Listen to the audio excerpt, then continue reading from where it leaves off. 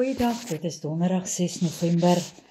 Na aanleiding van ons feesmark wat aan die gang is, staan ons bietjie stil by feeste in die Bybelse tyd en wat vir ons as Christene ook betekenis het.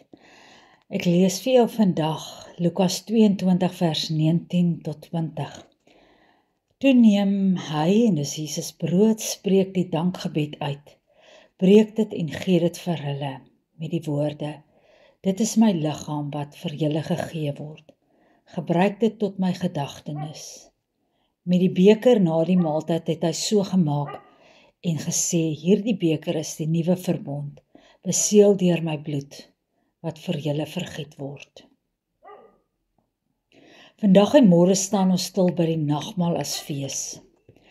Na 3 jaar se bediening aan sy disippels, kuier Jesus vir oulaas saam met sy naaste vriende, sy disippels.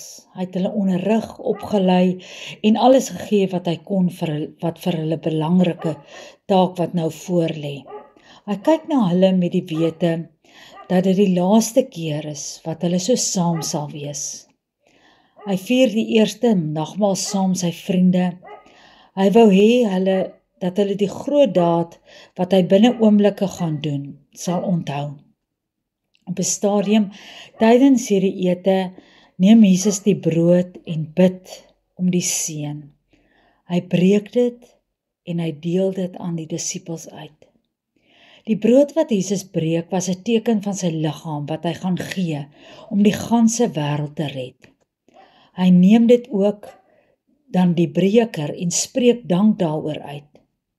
Die wyn is die teken van sy bloed wat aan die kruis gestort gaan word om te betaal vir die wêreld se sonde.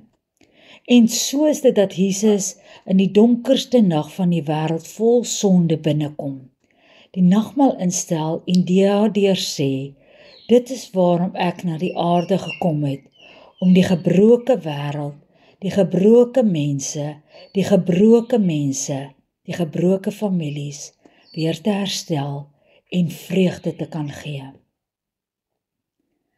Die nagmaal is 'n wonderlike hulp, maar wat God vir ons gegee het om te kan onthou wat Jesus vir ons gedoen het.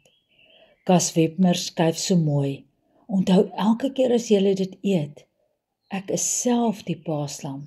Ek is die lam wie se bloed aan die kusyne van julle lewe gesmeer is, sodat die verdoemenis van die ewige dood jou nie sal besoek nie. Dit was God se plan om vir ons nog 'n kans op die ewige lewe te gee.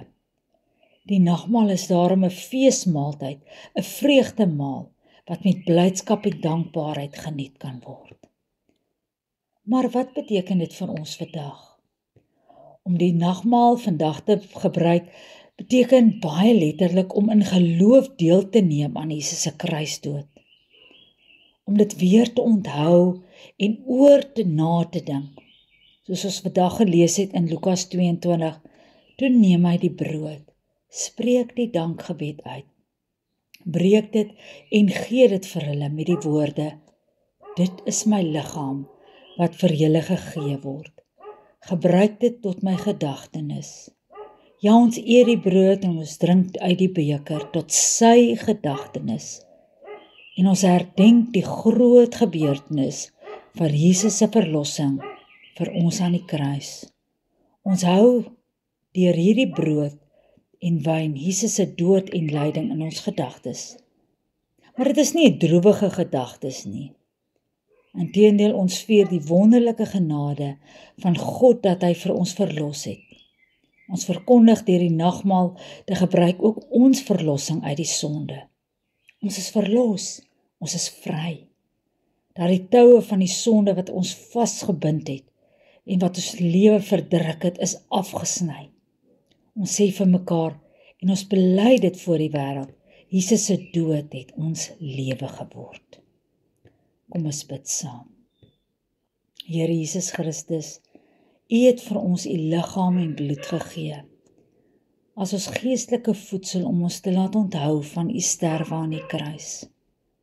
Versterk ons geloof elke keer as ons die nagmaal gebruik. Help ons om altyd in U teenwoordigheid te leef en om U voorbeeld van nederigheid en diens te volg. Mag ons altyd onthou wat dit vir ons beteken. Amen.